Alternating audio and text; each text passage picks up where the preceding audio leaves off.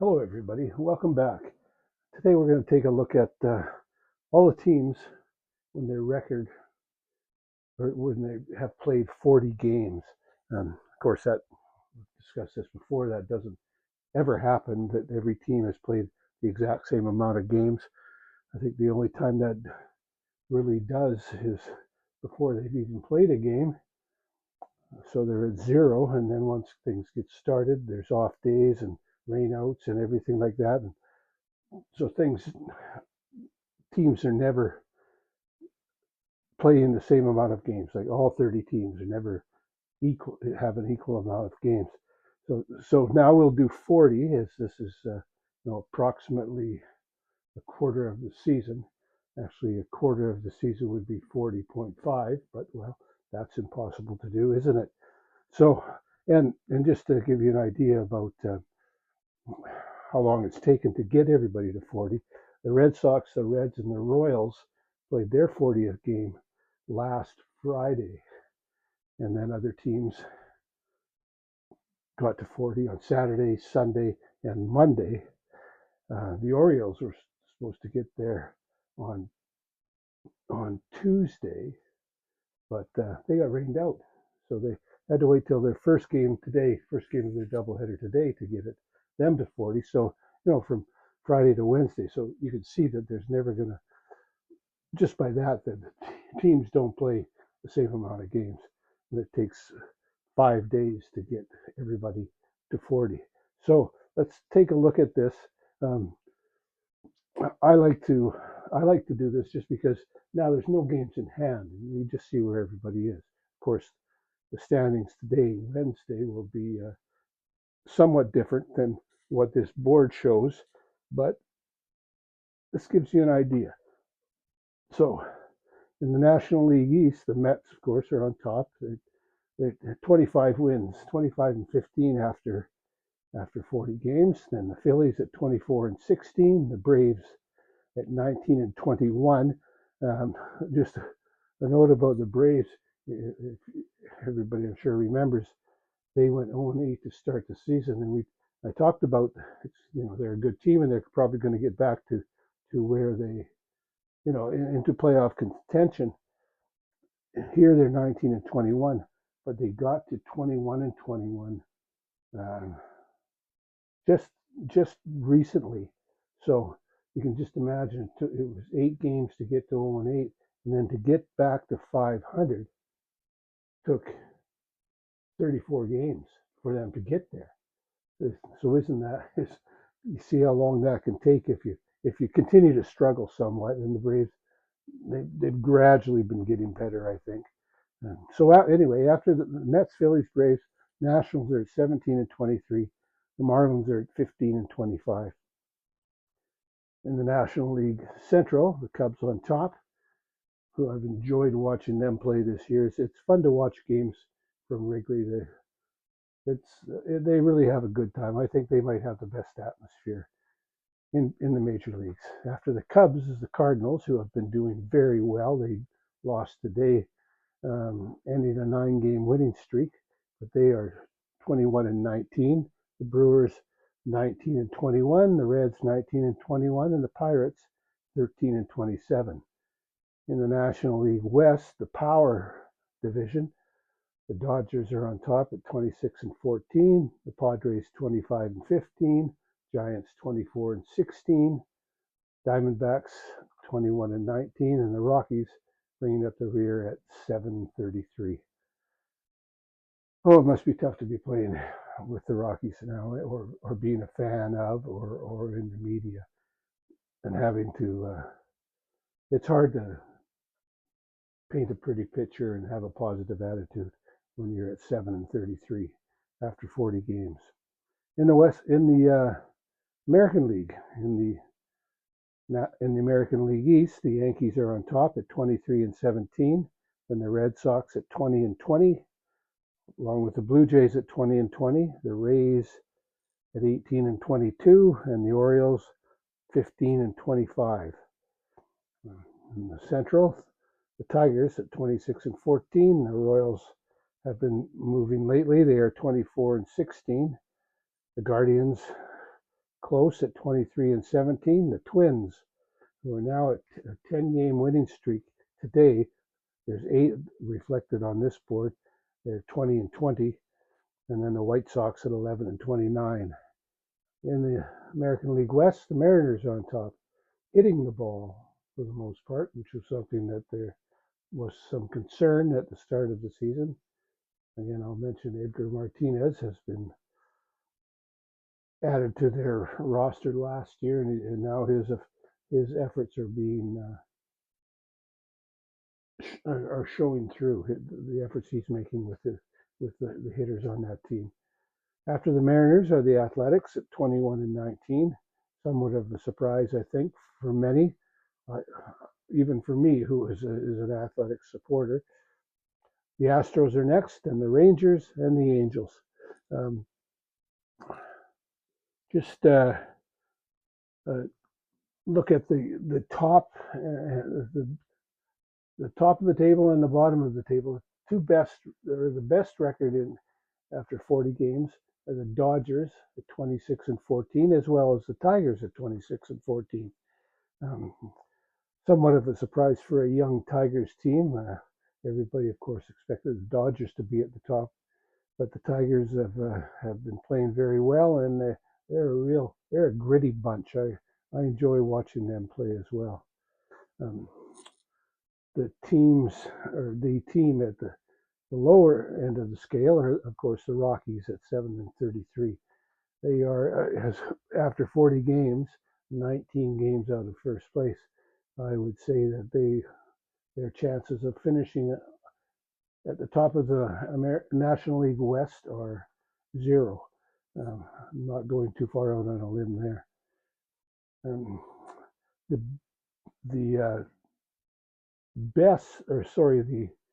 The lowest or least wins for a team that is leading their division is the Mariners at 22-18, and that's an interesting division.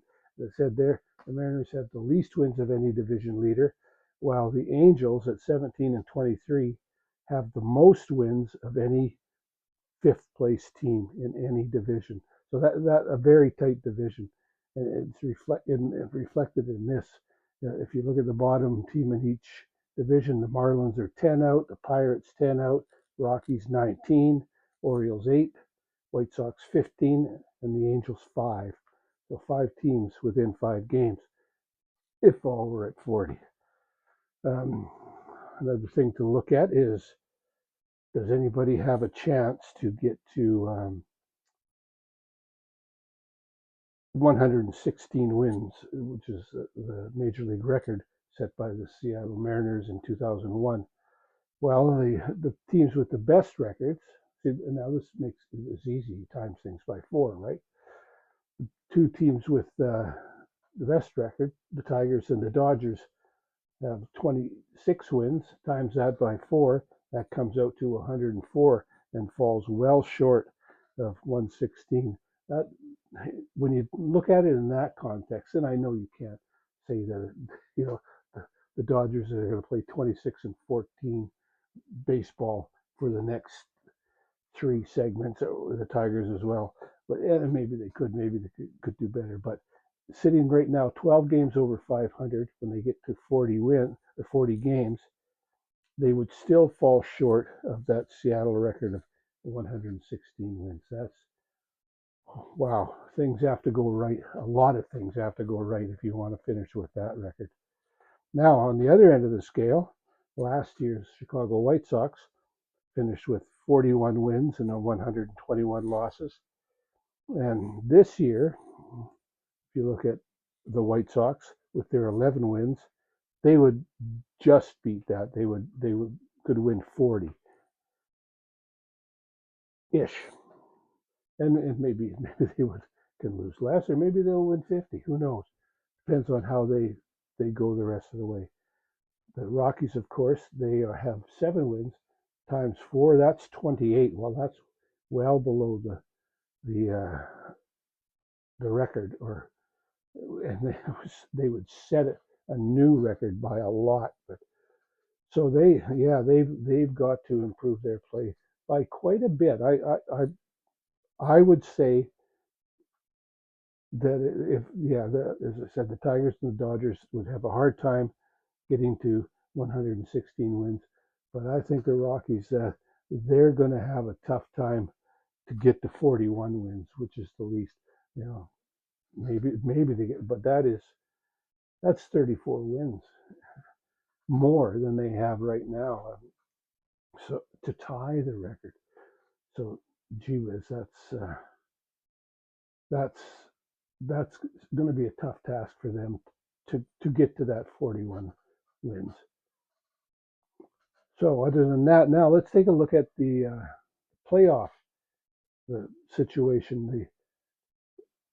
If the season were to end today, of course, in the National League, the Mets, the Cubs, and the Dodgers, they're all in as division winners. And the next three best teams, the Padres, and the Giants, and the Phillies, would be the other three playoff teams. Um, so two in the East, one in the Central, and three in the West.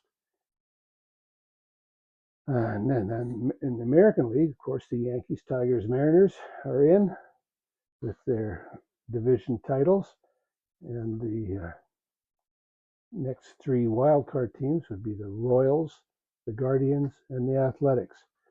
And the one thing that struck me about that was for years and years it's been the American League East has been the power division. Well, look at that. Then the Yankees are in, but nobody else is. Um,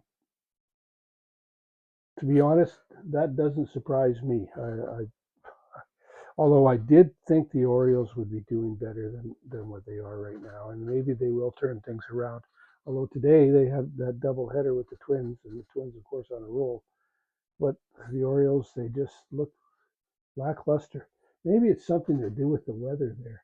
It is every time you watch a game, it seems for Baltimore, it's raining or has rained. Or it's cloudy.